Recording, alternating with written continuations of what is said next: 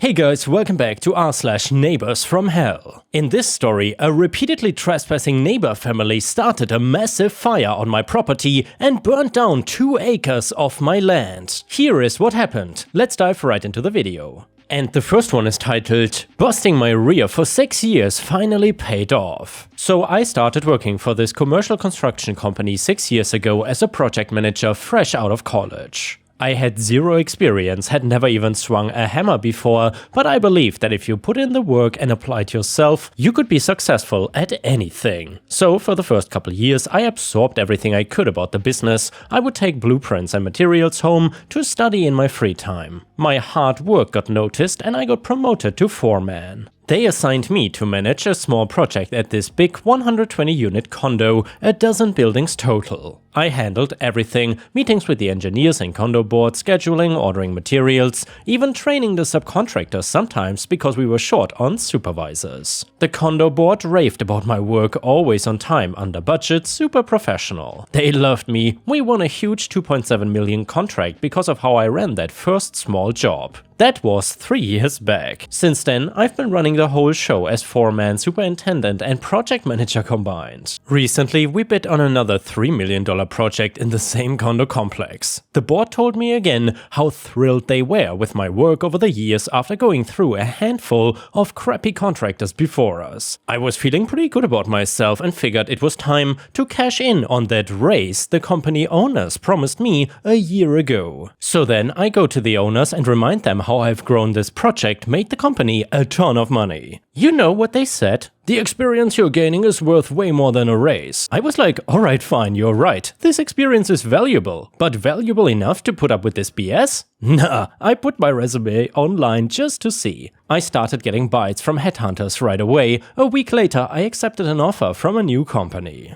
80k salary, full benefits, a month of paid vacation, my own office, a company laptop, $80 per dime when I travel, a 401k with crazy good matching. Even getting Wi-Fi in my truck so I can do billing on the go. Meanwhile, my current cheap-ass company is only paying me $40,000, no benefits. The last straw was when the owners had the nerve to brag in a big meeting about how much profit my project pulled in and then had the balls to stiff me on a Christmas bonus. I was done. That Friday, I marched in and slapped down my offer letter on their desk and watched their eyes pop out. They could not match it. I told the condo board president that I was out and he flipped. Called a meeting with the owners and reamed them about trying to move ahead with the new $3 million project without me at the helm. They are screwed now, no one else can step in and run the show like I can. Honestly, it feels damn good to watch them squirm after I worked my fingers to the bone for them for 6 years and all I asked for was a fair wage. They got greedy, so screw them.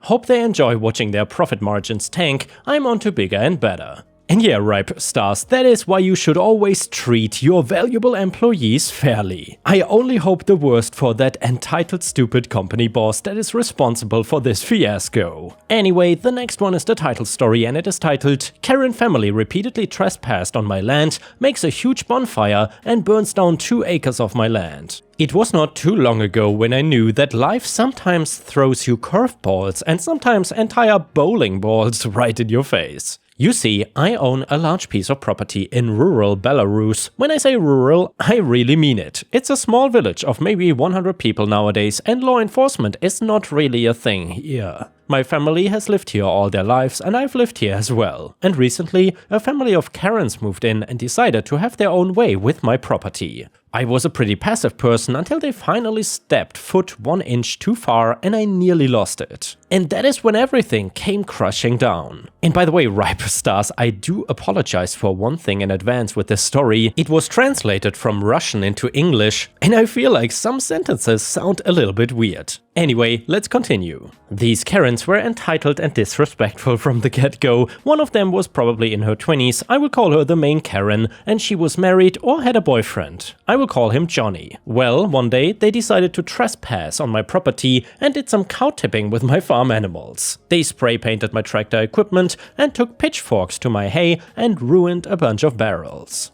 One night they had a huge party and trashed a part of my property and littered beer cans and trash everywhere. I had to clean it up the next day with my kids. They were infuriated. We absolutely hated them. So I went over the next day and I told them, "You better stop with all your partying and trash mongering. It's getting out of hand. I'm tired of cleaning up after your crap. You've gone on my property way too many times and stepped over the line. You need to stop it right now before I call the police." And they refused to budge. The next night they had another party. This time they played loud music and did donuts outside of my driveway. I called the cops, but they never showed up, and finally, I knew it was time to take matters into my own hands. But before I could do that, another incident happened the very next night. Apparently, it was round 2 of partying for them, and they created a huge bonfire right on my property line that was near some trees and some bushes that led to more crops that rested right next to my house. I remember it being around 9 PM at night, and I ran outside towards them and started screaming, "What the hell do you think you're doing? You're gonna burn down everything! You need to extinguish this right now. This is way too big and it's against the law. You need to get out of here right now and stop this." And they just stood there and laughed and looked at me and went on with their drunken selves and continued to party with their loud music. I went back and raced inside the house to grab my wife and told her to call the cops, but she was asleep.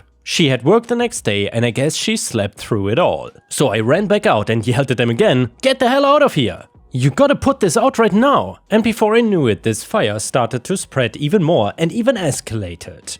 It ended up burning out of control and burned down acres of my own land. After the incident, I took legal action. I had cameras set up behind in my backyard to watch my farm animals. Most of them had run away to the other side of the fence to the far end of the property. When I saw the fire take damage, I called the police and filed a report. I gathered up any witnesses, which, well, there weren't really any except for Karen's family, who were all involved in this. My son was inside playing video games when it all happened. I guess he heard me scream and came out and looked, so I guess he could have been considered a witness. Some neighbors down the street saw the flames go up in the sky and the bright light from them burning everything. All they could hear was noise though, but they didn't see anything except the fire. When we filed the police report, we were sure to get back at them. My wife was infuriated, but my son had noticed that Karen's kid was involved in the incident too. He was out there having an enjoyable time with his friends and he was good friends with my son, and he had remorse for what his family had done and came and talked to my boy after all was said and done, and he felt sorry for my family and what his family had done to our property. They had burned 2 acres because of their wrongdoing and their negligence. They claimed it was an accident though, and they were just having a fun time. They didn't mean to do any harm at all, so when we filed the police report we had told them that there were numerous trespassing attempts on our property and that they had done damage to some of my farm equipment too. They had also littered and caused other damage, let alone the fire itself. Furthermore, we took to the court and filed a lawsuit. However, due to their boy's actions and coming forward and regretting his parents' decision to create a bonfire that destroyed our property, we had some remorse for him. And by the way, Ripe Stars, I'm so sorry that I had to censor so much, but there was some really personal information that I don't think should be out here on YouTube, unless OP specifically wants it. Anyway, we did not want to see his family go to jail and him end up being sent away to other family members, or worse yet, orphaned. So we sympathized with them and talked with our lawyer. However, their sentence became even more unbearable. The parents actually ended up in prison for more than 3 years due to the fact that they deliberately caused a fire. Apparently, some witnesses came forward and realized that it was them. They had photos taken of the fire and the Karen family around it showing what they had done. When all was said and done, we were awarded a hefty award for damages done to our property and farm. And yeah, Ripe Stars, I guess these Karens really got off lightly for what they did. Anyway, let's hope that they never try to screw with OP again in the future. Either way, the next one is titled "Company Tried to Screw Me Over and Failed." I was discussing this sub with a good friend and he said, "Boy, have I got a good story that will fit." It was not his story but his brother's, and I sat with him and got the details. Buckle up, it's a good one and a long one. Let's call him Bob. Bob has been fiddling with computers since he was a kid and knows them pretty well. As with most IT people, he has moved from job to job. The employer he worked for was a service/distribution company and there were 2 IT employees. The company was located in Ontario, Canada. About 3 years ago, Bob's employer decided to modernize their software. They had separate programs for dispatching, for inventory, for payroll and finances, and it was complicated moving information from one program to the other. They decided to get an ERP, Enterprise Resource Planning Program, and Bob recommended one that he knew inside out from a previous employer. For those of you who don't know, an ERP program handles everything. Purchase orders, sales, inventory, personnel, vendors, customers, all of it. You can run a report and find out which customer has bought the most part ABC in the last year. Which salesman has improved his numbers the most, which vendor has the fastest delivery time, etc. Even which shipper packed the most orders. Everyone in the company used the ERP program, but it was very complicated and they used the aspects of it that related to their position. For example, the receiver would accept a shipment, verify the quantity, confirm it was received, and the inventory stats would be available to the salespeople if they wanted to look up how many were on hand. The receiver didn't care what the price was or who the vendor was, he just did his job. Bob was run ragged during the implementation process, but he managed to train most of the employees on their aspects and, after a few months, everything was running fairly smoothly. Bob still got tickets for tweaks in the operation of the software and occasional hardware IT issues. Then the company decided to expand their footprint and was marketing into different time zones. That messed things up. Atlantic Canada is 90 minutes early, so if someone sent an email or an order at 8 AM their time, it would arrive at 6:30 AM Ontario time. Pacific Canada is 3 hours late, so an email sent at 3 PM Vancouver time would arrive at 6 PM. This stretched out the day, so many staff came in early and worked late. Bob would arrive at 8 AM and there would be people that demanded his immediate assistance and were annoyed that he didn't respond instantly, even though their request was submitted before his start time. Same with late in the day, his phone would ring at dinner time with people that wanted help right now. They decided to stagger his and his IT colleagues' shift times. Bob would start at 6 AM and work until 2:30, and his colleague would start at 10:30 AM and work until 7 PM. Bob's colleague had kids and refused the shift change. The employer insisted though. The colleague quit and that meant that Bob was the only person in the IT department. The employer said they would look to hire a new IT guy, but they had trouble finding one that knew the ERP system and they were offering well under a market value salary. Bob asked for a raise and was denied. Then he wanted overtime and the employer told him that as an IT specialist he was exempt from overtime laws in Ontario. Bob looked it up and the employer was correct. This went on for some time and he knew lots of IT people socially. They told him what the company was offering and Bob knew that they would not find another tech. Things went downhill from there. Bob would get chewed out if he missed a call or an email, no matter what time it came in. He had to train new hires in the ERP system as well as take care of the hardware. He asked repeatedly for better compensation and was denied, so he planned to get a new job. Now, here is the revenge. Bob had access to the entirety of the ERP program. When a user signed in, the time was locked, and even if they didn't sign out, after 15 minutes it would lock them out anyway. Everyone in the company was on salary, and many of them came in early and stayed late. Ontario labor law states that even salaried workers are entitled to overtime after 44 hours a week unless they were managers or supervisors.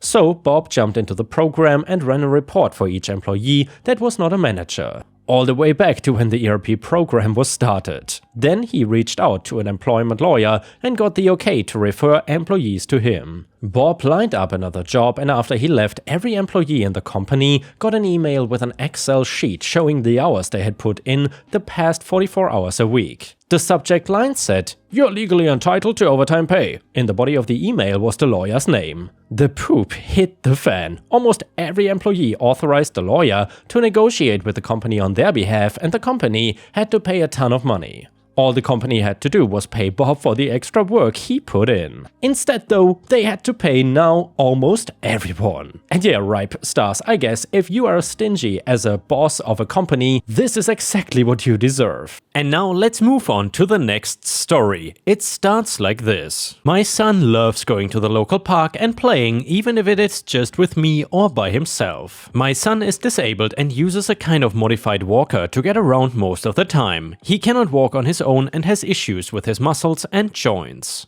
They are weak and frail, which means he has to be extra careful and cannot do everything that other kids can. My heart fills with dread that I see Karen had brought her kids to the park as well that day. Karen is the woman that lives in the house behind mine and is an absolute horror. She has the most backwards opinion on disabled people and flat out encourages her kids to pick on mine, saying that they are bigger and should show my son that he is weird. We have had many interactions in the past with them and they all seem to center around one thing, which is that supposedly my son should be kept inside the house and not seen by anybody on the outside. She does not think that he should be allowed in the same school as her kids either, like he does not need to learn or something. There is nothing mentally wrong with my son, so sending him to a special school is not needed in the slightest. The regular school can meet all of his needs. She also seems to have something like a radar for when we are around and I have no idea how. Even at a crowded place like the mall, we will bump into her randomly, like she is out searching for us. This day was no exception and she came over to me in a huff. My son was playing in close enough that I could watch him, but he could not hear our conversation.